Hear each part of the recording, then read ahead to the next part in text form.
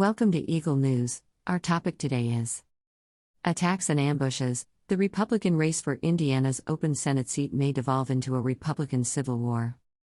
It's not even technically a race yet, but the developing Republican primary battle for Indiana's open Senate seat is heating up quickly. Rep. Jim Banks, a 43-year-old former state senator and Afghanistan war veteran who is in his fourth term representing a Northeast Indiana district, formally announced his candidacy for the Senate in a 2024 run to succeed GOP Senator Mike Braun, who announced last month that he will run for governor of Indiana rather than seek re-election. Former two-term Republican Governor Mitch Daniels, a 73-year-old former top official and then President George W. Bush's administration, who served as president of Purdue University for the past decade until stepping down at the end of last year, could be joining Banks in the coming weeks. The GOP Senate primary in reliably red Indiana could turn into a new skirmish in the ongoing Republican Civil War, with attacks and counterattacks already underway even before Daniels has made a decision to run, and former President Donald Trump's political allies taking part in the political fireworks. Banks, the first contender to declare, is emphasizing his conservative credentials, telling Fox News Digital as he announced his candidacy that Indiana needs a conservative senator and touting his experience as a strong conservative voice in the House.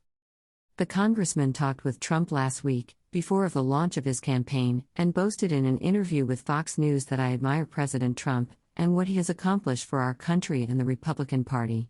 He is still very popular in Indiana, and of course, I would love to receive President Trump's endorsement because it would be a huge display of support from someone who battled hard to put America first and with whom I fought alongside while he was president.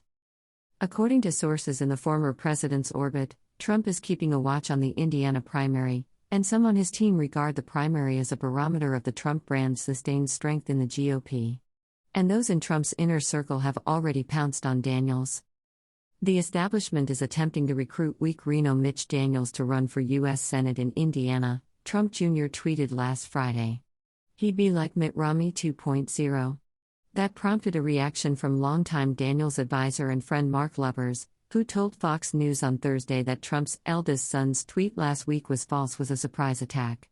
We had no desire to pick a confrontation with the Trump administration. This could have been an enlightening election held in a civic-spirited manner. We didn't choose this conflict, but we're not suckers. A source close to Banks told Fox News that I genuinely don't think Daniels' loyalists are doing the former governor any favors with the Republican electorate by criticizing Trump, which makes me wonder whether they're really serious about running for the Senate in the first place. According to the source, the disagreements between Jim Banks and Mitch Daniels are a lot more substantive than their emotions about Donald Trump, from China police to corporate wokeness. Daniels supporters are outraged by such criticisms of the former governor, who has long been known as a conservative. It's ludicrous for those individuals to try to characterize Mitch Daniels as not conservative, Lubbers said. A GOP strategist who has worked on numerous Senate campaigns and asked to remain anonymous in order to speak freely described the upcoming showdown as a classic battle between a candidate who identifies with the Republican conservative base, Jim Banks, and a potential candidate, Mitch Daniels, who has been out of the race for quite some time. We'll see who wins the Republican primary voters' hearts and minds. However, Lubbers believes that the prevailing assumption that a primary between Banks and Daniels would be an establishment Republican versus Trump Republican brawl is wrong. This is about the distinction between individuals who want to battle the progressive left and those of us who want to beat the progressive left, Lubbers contended. To accomplish this, we must an optimistic and constructive conservatism that generates majorities, wins elections, and makes policy. Not just foaming at the mouth and counting teams, which I believe the Trump wing of the party engages in. The approval of a few cannot be the goal. The goal must be to win elections and form a majority administration. The country is ready to make a more conservative transition. The Trump wing of the party is a barrier to this. The Trump administration disagrees, and charges Daniels' time has come and gone. Mitch Daniels and his people appear to think it's 2003, not 2023, a source close to the former president told Fox News. Mitch Daniels' problem is that he's out of sync with the entire party, not just the Trump wing. Daniels is also facing criticism from the Club for Growth, a fiscally conservative political organization that spends lavishly in Republican primary elections. In Indiana, The group is releasing an ad claiming that Daniels is not the right guy for Indiana anymore. Banks called Daniels about his statement ahead of his campaign debut this week. They had a completely amicable chat, a person close to Banks told Fox News. However, Mitch Daniels had no bearing on Banks' choice. Daniels will travel to Washington, D.C., in the coming days to meet with former aides and a few of current senators.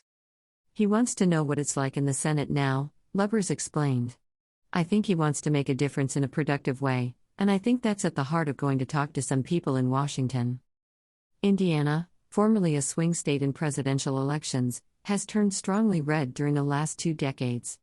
And the winner of the Republican primary will very certainly be considered the clear frontrunner in the general election in 2024.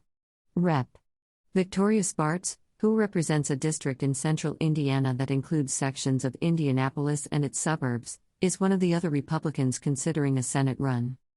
The National Republican Senatorial Committee, NRSC, the Senate GOP's campaign arm, looks to be opposed to the prospective fight. To present, the NRSC has made no indication that it intends to participate in Indiana's Senate primary.